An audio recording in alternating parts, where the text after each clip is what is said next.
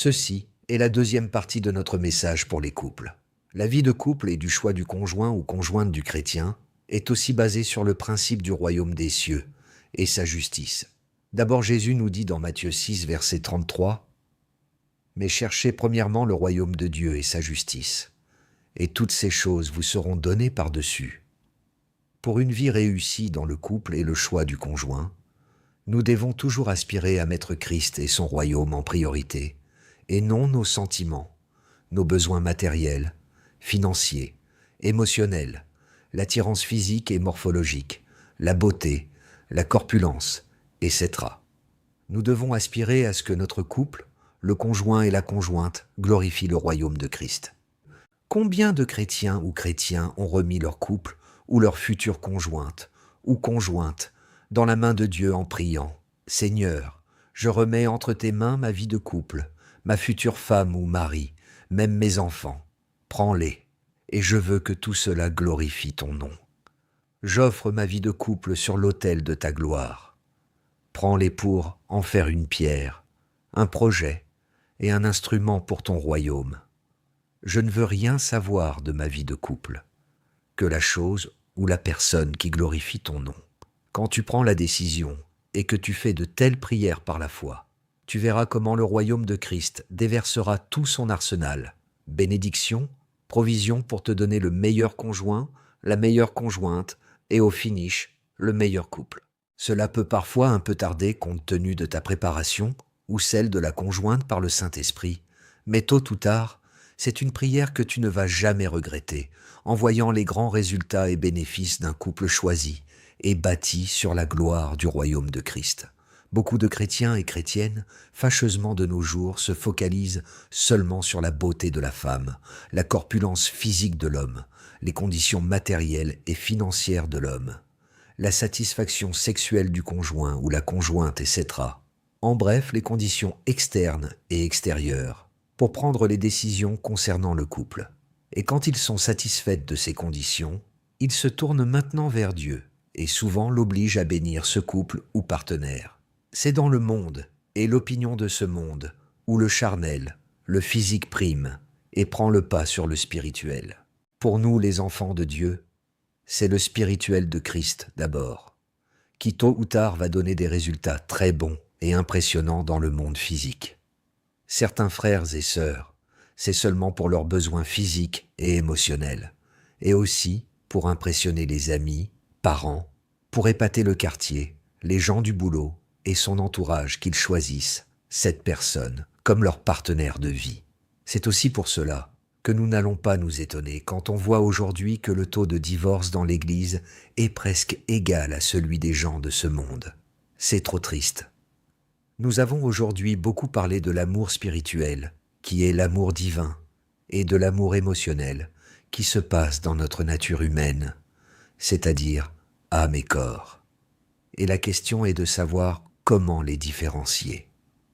L'amour émotionnel est seulement basé sur les excitations et attirances physiques et émotionnelles, alors que l'amour de Dieu est dirigé par l'Esprit Saint. Une différence fondamentale. 1 Corinthiens 13, versets 4 à 7, te donne les caractéristiques de l'amour divin que le Saint-Esprit a mis dans nos cœurs quand nous sommes nés de nouveau. Nous lisons « L'amour est patient, il est plein de bonté.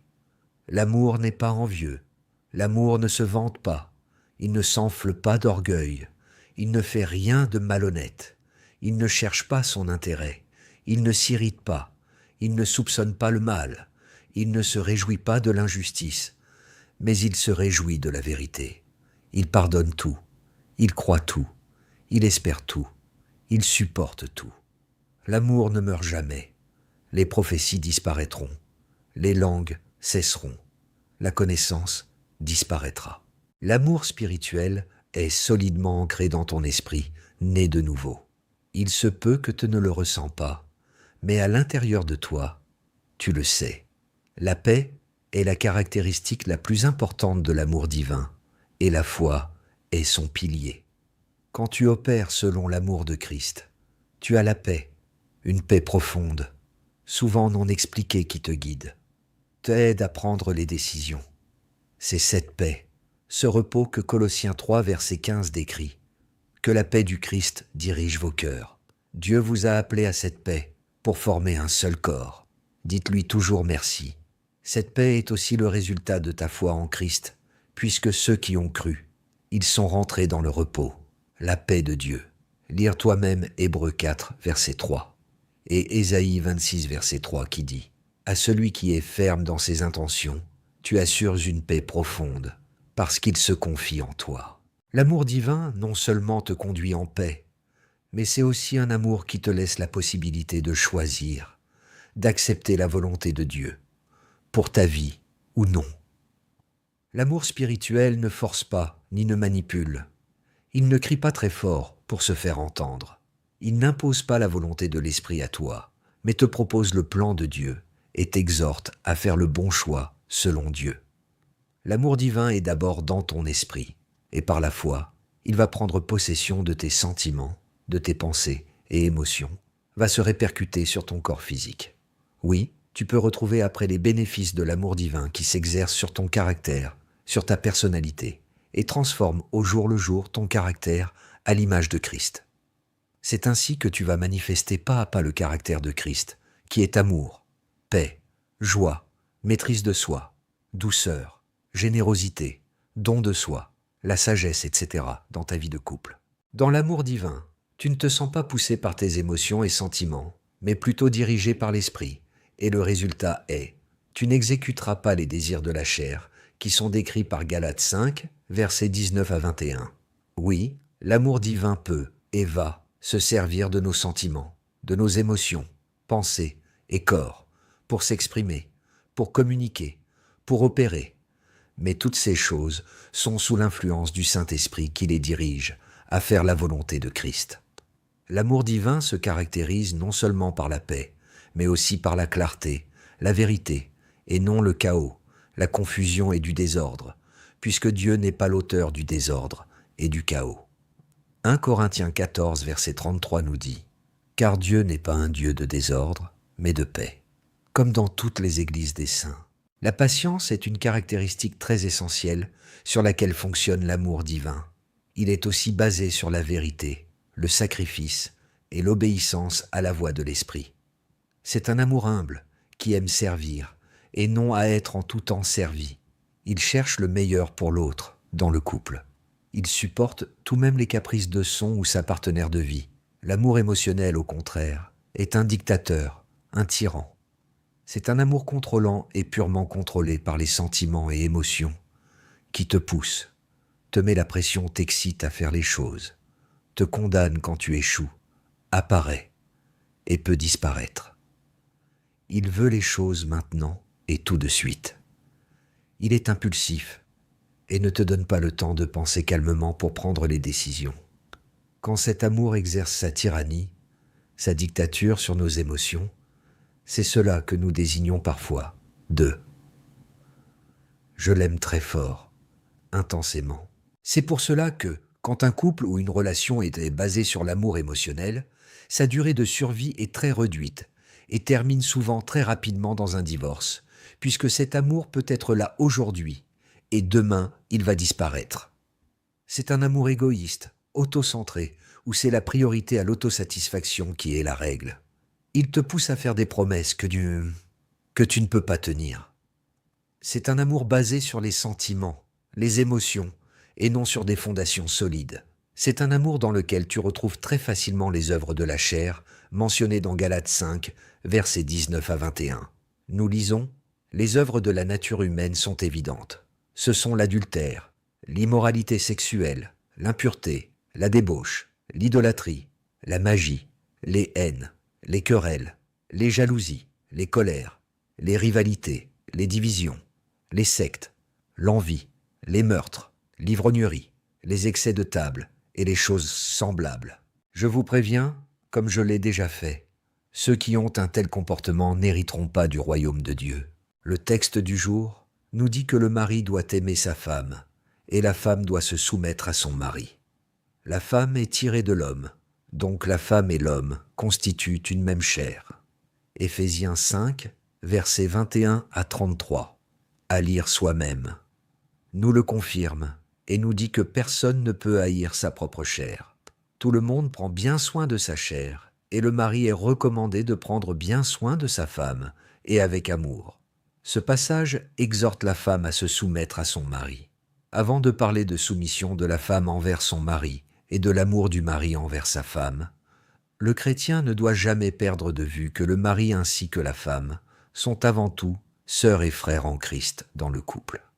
Dans 1 Pierre 3, verset 7, la Bible nous dit « Maris, vivez de même en montrant de la compréhension à votre femme, en tenant compte de sa nature plus délicate. Montrez-lui de l'estime, car elle doit hériter avec vous de la grâce de la vie. Agissez ainsi, afin que rien ne fasse obstacle à vos prières. » Ce passage nous informe que dans un couple, la femme comme son mari ont tous deux reçu la même grâce. Tel que Christ est mort à la croix pour sauver l'homme, Christ a fait de même pour la femme. Tel que l'homme, le mari, est sauvé par grâce au moyen de sa foi en Christ, il en est de même pour sa femme. C'est pour cela que Galates 3, versets 26 à 28 nous dit « Car vous êtes tous enfants de Dieu, par la foi qui vous lie à Jésus-Christ. Vous tous, en effet, avez été unis au Christ dans le baptême, et vous vous êtes ainsi revêtus de tout ce qu'il nous offre. Il n'importe donc plus que l'on soit juif ou non juif, esclave ou libre, homme ou femme. En effet, vous êtes tous un dans la communion avec Jésus-Christ. Le sacrifice de Christ à la croix a en effet annulé ces différences que la loi et ses malédictions ont engendrées. C'est la loi et ses malédictions, en effet, qui ont établi la domination de l'homme sur la femme. Au commencement dans le jardin d'Éden, Dieu a donné la domination à Adam et Ève sur tous les êtres vivants, mais Dieu n'a pas établi une relation de domination d'Adam sur Ève.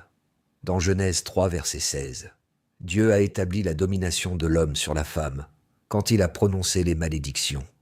La mort et la résurrection de Christ ont enlevé toutes ces barrières, ces différences et considérations, et ont remis le compteur à zéro pour tous les êtres humains. La grâce de Christ est établie sur la loi de l'amour. Dieu est amour, et l'amour, c'est l'accomplissement de la loi, nous dit Romains 13, verset 10, Éphésiens 5, versets 21 à 33. Instruit la femme de se soumettre à son mari et au mari d'aimer sa femme. La Bible nous instruit aussi de nous soumettre les uns aux autres. Ce sont ces passages que certains frères utilisent d'une façon abusive pour dominer sur leurs femmes, mais oubliant que la lourde tâche leur revient d'aimer premièrement leur femme et de se sacrifier pour elle. Une femme peut facilement se soumettre quand elle se sent réellement aimée. La soumission dont on parle peut être interprétée comme servir, faire ce qui plaît au mari, comme l'Église qui veut faire ce qui plaît à Christ, et non une domination. Une femme qui refuse de se soumettre à son mari comme le prône cette doctrine ou mouvement démoniaque du féminisme à l'extrême, se prive d'un composant et d'une aide essentielle venant de Dieu pour sa vie qui est l'amour et l'aide de Jésus à travers son mari. Le mari aussi doit aimer sa femme, et si on parle d'amour, on parle de sacrifice. Le mari doit se sacrifier pour le bien de sa femme. Penser premièrement à sa femme et à ses enfants avant lui-même doit être le quotidien d'un homme qui a et qui reconnaît l'amour de Christ en lui. L'appel de Dieu pour un homme est de se soumettre à Christ, d'aimer inconditionnellement sa femme, se sacrifier pour elle et toute la famille, comme Christ l'a fait pour l'Église. L'appel de la femme est de respecter, se soumettre à l'homme, comme l'Église à Christ. Bien que cette soumission ait occasionné beaucoup d'abus de la part des hommes mal intentionnés, la soumission à l'amour véritable d'un mari est et reste la forme la plus élevée de liberté pour la femme. Bien que l'homme et la femme soient un et égaux en Christ, en esprit, l'homme est appelé à diriger avec amour la maison, étant chef de la maison, mais pas pour dominer sur la femme et les enfants. Il faut toujours avoir un chef pour avoir de l'ordre. Trop de capitaines dans un seul bateau avec de différents commandements. Le naufrage de ce bateau est certain, inévitable et assuré. La soumission de la femme à l'autorité d'amour de l'homme doit être une décision que la femme va prendre comme un acte de foi et d'obéissance à la parole de Dieu. Christ nous appelle avant tout à tout faire avec amour.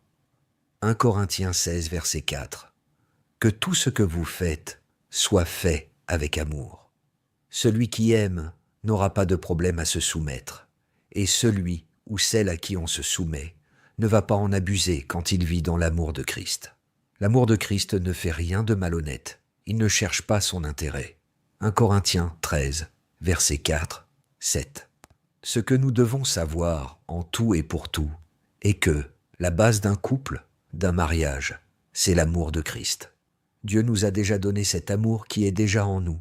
C'est à nous de l'utiliser en marchant toujours dans la foi et par la foi en Christ. Être centré sur soi-même en négligeant le besoin des autres, être auto-centré, c'est le grand mal qui détruit les couples. La solution à une vie auto-centrée est l'amour de Christ. En plus de l'amour, Dieu nous a aussi donné la sagesse de Christ, pour faire de bons choix et prendre de bonnes décisions dans le couple. 1 Corinthiens 1, verset 30. Laissons l'amour nous diriger en tout et surtout dans le couple. Un chrétien qui n'aime pas ou qui déteste les gens comme sa femme ou mari, enfant, est une contradiction en soi. Dans 1 Corinthiens 13, verset 8, la Bible nous apprend que l'amour que le Saint-Esprit nous a donné, qui est en nous depuis notre nouvelle naissance, ne meurt jamais. Il est éternel, il ne disparaît pas, n'a pas de fin, ne périt jamais. Si cet amour ne disparaît pas, ne périt pas, c'est que c'est nous qui avions fait le choix de l'abandonner, de ne plus l'utiliser. Ceux qui pensent que l'amour de Dieu disparaît se trompent. Si ton couple, ton amitié, ta maison est basée sur l'amour de Dieu, il va surmonter toute épreuve. Les difficultés, les trahisons, la haine, etc. ne peuvent pas détruire l'amour de Dieu que tu as laissé diriger ta famille, ton couple.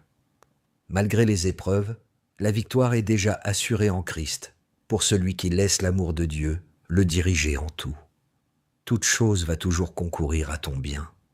L'Église de Jésus est constituée de couples, de familles, et c'est la volonté de Christ que tout aille bien dans nos couples, pour avoir une Église avec des membres matures. Agréable journée à nous tous. Amen et Amen.